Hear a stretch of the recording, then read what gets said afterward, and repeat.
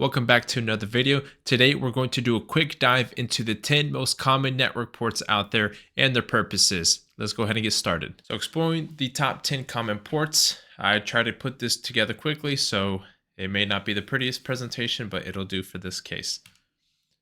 So first up is going to be ports 20 and 21, home to FTP or the File Transfer Protocol. Think of it as a courier service of the internet, moving files securely between systems. You have port 21 that handles the commands, and then port 20 that manages the actual file transfers. Next, port 22. So this is where SSH or Secure Shell operates, providing a protected pathway for remote access to computers and command execution. Now let's talk about port 23 used by Telnet. It's like SSH older, less secure brother used for remote command execution, but without the encryption. An attacker could easily intercept those packets and identify any data that's in that packet. For example, username and password could easily be intercepted with Wireshark, for example. Next up is going to be port 25, the turf of SMTP or Simple Mail Transfer Protocol. It's essentially the postal service for emails. It's used for sending emails, basically. And then on to port 53, DNS or domain name system comes into play, translating human-friendly domain names to IP addresses. So in this example, we have demo.com that's sent from the client PC to the DNS server, and then the DNS server translates it to the IP address of the 172.217.22.14. Back to the client PC.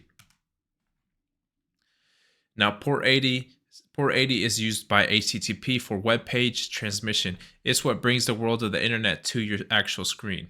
All the HTTP communication is unencrypted, so those could easily be intercepted too by an attacker. For example, a login page where you enter username and password could be easily intercepted if it's sent via port 80. Now port 110, this is where POP3 lives, helping email clients retrieve emails from the server. So as you see, the email sent to the mail server via SMTP, and then the client computer downloads all the messages from the email server using POP3 and can delete the messages as well. Next up is going to be IMAP or port 143. It's similar to POP3, but allows for more interactive management to the emails directly on the actual server itself.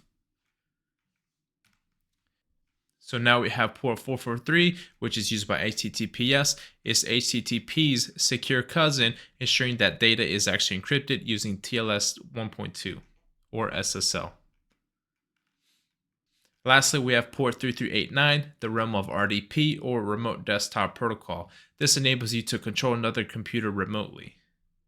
And there you have it. That's the top 10 most common ports that I believe students or those looking to start a career in this industry should study up. If you'd like to see a part 2, please leave a comment and I'll get that out for you all. Thanks for watching.